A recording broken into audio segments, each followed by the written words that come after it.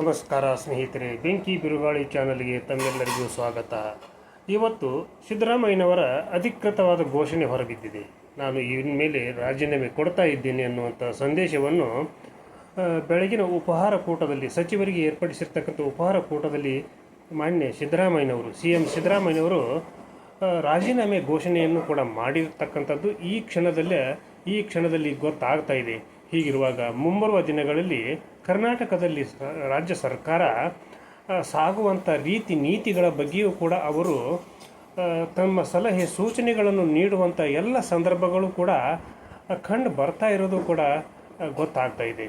ಹಾಗಿರುವಾಗ ಇವತ್ತಿನ ವಿಧಾಯದ ಒಂದು ಬ್ರೇಕ್ಫಾಸ್ಟ್ ಮೀಟಿಂಗ್ನಲ್ಲಿ ಸಂಪೂರ್ಣ ಎಲ್ಲ ಸಚಿವರು ಕೂಡ ಹಾಜರಾಗಿ ತಮ್ಮ ಒಂದು ಮೌನವನ್ನು ಆಚರಣೆ ಮಾಡಿದರು. ಯಾಕಂತಂದರೆ ಸಿದ್ದರಾಮಯ್ಯನವರು ಘೋಷಣೆ ಮಾಡೋಕ್ಕಿಂತ ಪೂರ್ವದಲ್ಲಿ ಯಾರೂ ಕೂಡ ಮಾತಾಡಲೇ ಇಲ್ಲ. ಅವರ ಬಾಯಿಂದ ಏನು ಬರ್ತತಿ ಅನ್ನುವಂಥ ಕೆಲವೊಂದು ವಿಷಯಗಳನ್ನು ತಿಳಿದುಕೊಳ್ಳಲಿಕ್ಕಾಗಿ ಎಲ್ಲ ಸಚಿವರು ಕೂಡ ಸುಮ್ಮನೆ ಕುಳಿತಿದ್ದರು. ಜೊತೆಗೆ ಆ ಸಂದರ್ಭದಲ್ಲಿ ಅವರ ಆಪ್ತ ಸಚಿವರಿಗೆ ಮಾತ್ರ ಈ ಒಂದು ಸೂಚನೆ ಸಿಕ್ಕಿತ್ತು ಕೂಡ. ಆದರೂ ಕೂಡ ಅವರು ಯಾವುದೇ ಒಂದು ಮಾಧ್ಯಮದವರ ಬಳಿಗೆ ಯಾವುದೇ ಒಂದು ವಿಷಯವನ್ನು ಕೂಡ ಅವರು ರಾಜೀನಾಮೆಯ ವಿಷಯವಾಗಲಿ ಸಿದ್ದರಾಮಯ್ಯನವರ ಒಂದು ರಾಜಕೀಯ ವಿಷಯವನ್ನೇ ಆಗಲಿ ಚರ್ಚಿಸಲಿಲ್ಲ.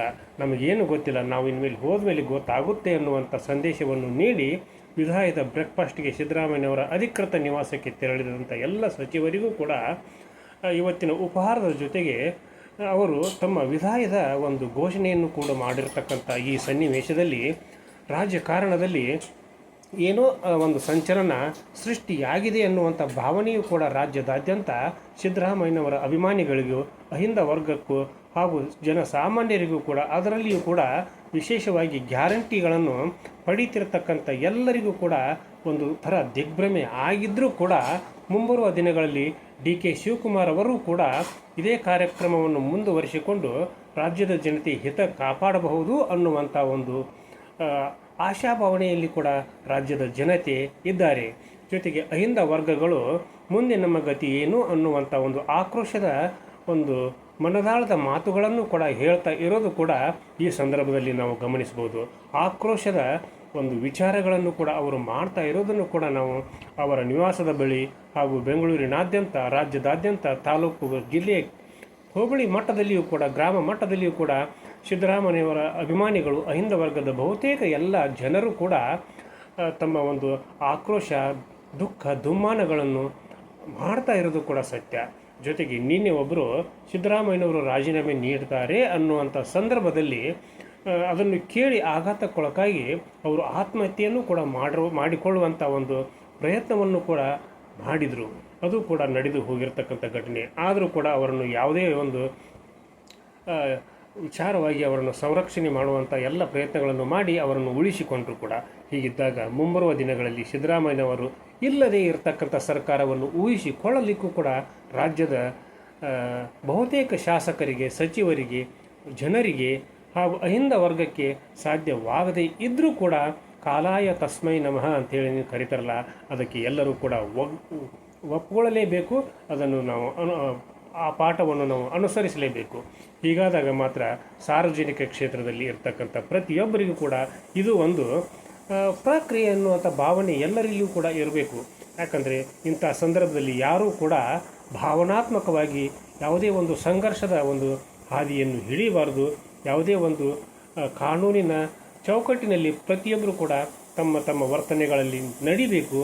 ಈ ಒಂದು ಸದಾವಕಾಶವನ್ನು ನೀವೆಲ್ಲರೂ ಕೂಡ ಬಳಸಿಕೊಂಡು ಮುಂಬರುವ ದಿನಗಳಲ್ಲಿ ನಮ್ಮ ನೂತನ ಮುಖ್ಯಮಂತ್ರಿಗಳಾಗಿ ಪ್ರಮಾಣ ವಚನ ಸ್ವೀಕಾರ ಮಾಡ್ತಿರ್ತಕ್ಕಂಥ DK ಶಿವಕುಮಾರ್ ಅವರಿಗೂ ಕೂಡ ಪ್ರತಿಯೊಬ್ಬರು ಕೂಡ ಸಹಕಾರವನ್ನು ನೀಡಬೇಕು ಅನ್ನುವಂಥ ಮನವಿಯನ್ನು ಕೂಡ ಬೆಂಕಿ ಬಿರುಗಾಳಿ ಚಾನಲ್ ಮುಖಾಂತರ ನಾನು ಈ ಸಂದರ್ಭದಲ್ಲಿ ವ್ಯಕ್ತಪಡಿಸ್ತೀನಿ. ಇನ್ನೇನು ನಮ್ಮ ಬೆಳಗಾವಿಯ ಸಾಹುಕಾರರಾಗಿರ್ತಕ್ಕಂಥ ಸನ್ಮಾನ್ಯ ಸತೀಶ್ ಜಾರಕಿಹೊಳಿ ಅವರಿಗೂ ಕೂಡ ಅದೃಷ್ಟ ಕುಲಾಯಿಸಿದೆ ಅಂತಲೇ ಭಾವಿಸ್ಬೋದು.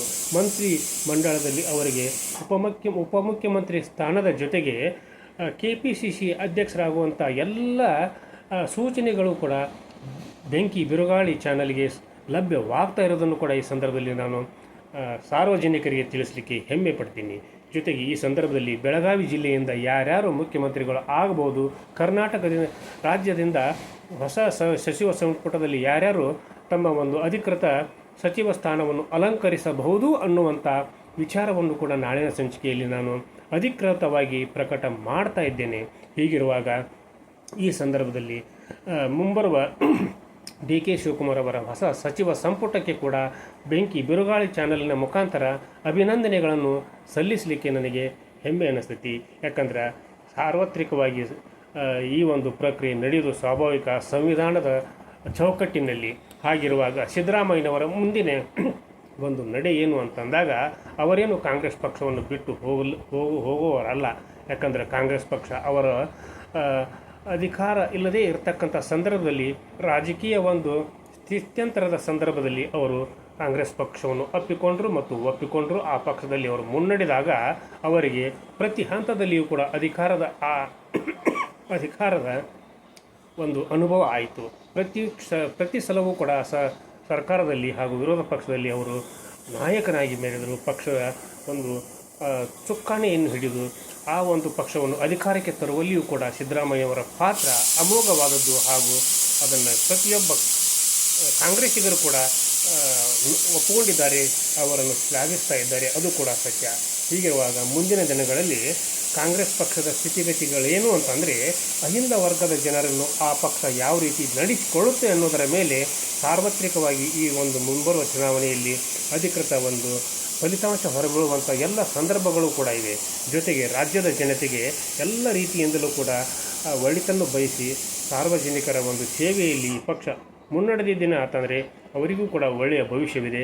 ಆದರೆ ಇನ್ನು ಮೇಲೆ ಬಿ ಜೆ ಪಿಗೆ ಒಂದು ಅಸ್ತ್ರ ಸಿಕ್ಕಂತಾಯಿತು. ಈ ಅಸ್ತ್ರವನ್ನು ಅವರು ಯಾವ ರೀತಿ ಪ್ರಯೋಗ ಮಾಡ್ತಾರೆ, ಅದರಲ್ಲಿ ಅವರು ಯಾವ ರೀತಿ ಯಶಸ್ವಿ ಆಗ್ತಾರೆ ಅನ್ನೋದರ ಮೇಲೆ ಭಾರತೀಯ ಜನತಾ ಪಕ್ಷದ ಒಂದು ಉಳಿವು ಕೂಡ ಅಡಗಿದೆ ಎನ್ನುವಂಥ ಭಾವನೆಯನ್ನು ಕೂಡ ಬೆಂಕಿ ಬಿರುಗಾಳಿ ಚಾನಲ್ ಮುಖಾಂತರ ಬಿ ಜೆ ಪಿಯವರಿಗೂ ಕೂಡ ಈ ಸಂದರ್ಭದಲ್ಲಿ ನಾನು ಹೇಳಲಿಕ್ಕೆ ಬಯಸ್ತೀನಿ. ಹಾಗಿರುವಾಗ ಅಧಿಕೃತ ವಿರೋಧ ಪಕ್ಷವಿರಬೇಕು.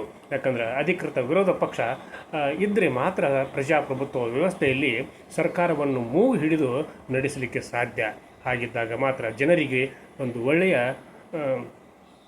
ಕಾನೂನಿನ ಚೌಕಟ್ಟಿನಲ್ಲಿ ಸಹಾಯ ಸೌಲಭ್ಯಗಳನ್ನು ಒದಗಿಸಿಕೊಡಲಿಕ್ಕೂ ಕೂಡ ಸಾಧ್ಯ. ಹೀಗಿರುವಾಗ ವಿರೋಧ ಪಕ್ಷದ ನಾಯಕರಾದವರು ಛಾಯಾ ಮುಖ್ಯಮಂತ್ರಿ ಅನ್ನುವಂಥ ಒಂದು ಸ್ಥಾನಮಾನವನ್ನು ಗಳಿಸಿರ್ತಕ್ಕಂಥವ್ರು. ಅದಕ್ಕೂ ಕೂಡ ಸಂವಿಧಾನಾತ್ಮಕವಾದಂಥ ಒಂದು ಸ್ಥಾನಮಾನವಿದೆ. ಅವರು ಕೂಡ CM ಇದ್ದಂತೆಯೇ ಅನ್ನುವಂಥ ಭಾವನೆಯೂ ಕೂಡ ಸಂವಿಧಾನದಲ್ಲಿ ಅಡಕವಾಗಿರೋದರಿಂದ ವಿರೋಧ ಪಕ್ಷದ ನಾಯಕರು ಹಾಗೂ ವಿರೋಧ ಪಕ್ಷವಾಗಿ ಇರ್ತಕ್ಕಂಥ ಭಾರತೀಯ ಜನತಾ ಪಕ್ಷ, ಜಾತ್ಯತೀತ ಜನತಾದಳ ಪಕ್ಷ ಮುಂಬರುವ ದಿನಗಳಲ್ಲಿ ಅವರ ಕಾರ್ಯಚಟುವಟಿಕೆಗಳ ಮೇಲೆ ಅವರ ಭವಿಷ್ಯ ಅಡಗಿದೆ. ಮುಂಬರುವ ದಿನಗಳಲ್ಲಿ ಕಾಂಗ್ರೆಸ್ ಪಕ್ಷದ ಭವಿಷ್ಯವೂ ಕೂಡ ಅಡಗಿದೆ ಎನ್ನುವಂಥ ಸಂದೇಶದೊಂದಿಗೆ ಇವತ್ತಿನ ಸಂಚಿಕೆಯನ್ನು ಇಲ್ಲಿಗೆ ಮುಗಿಸುವುದಕ್ಕಿಂತ ಪೂರ್ವದಲ್ಲಿ ಬೆಂಕಿ ಬಿರುಗಾಳಿ ಇದು ನಿಮ್ಮೆಲ್ಲರ ಚಾನಲ್ಲು. ಈ ಚಾನಲ್ನಲ್ಲಿ ಬರ್ತಿರತಕ್ಕಂಥ ಪ್ರತಿಯೊಂದು ಸಂದೇಶಗಳು ಸತ್ಯವಾಗಿರ್ತವೆ.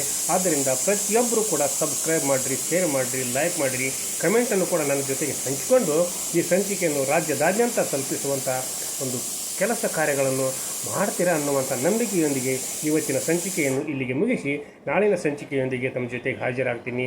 ಅಲ್ಲಿವರೆಗೂ ನನ್ನ ನಮಸ್ಕಾರ.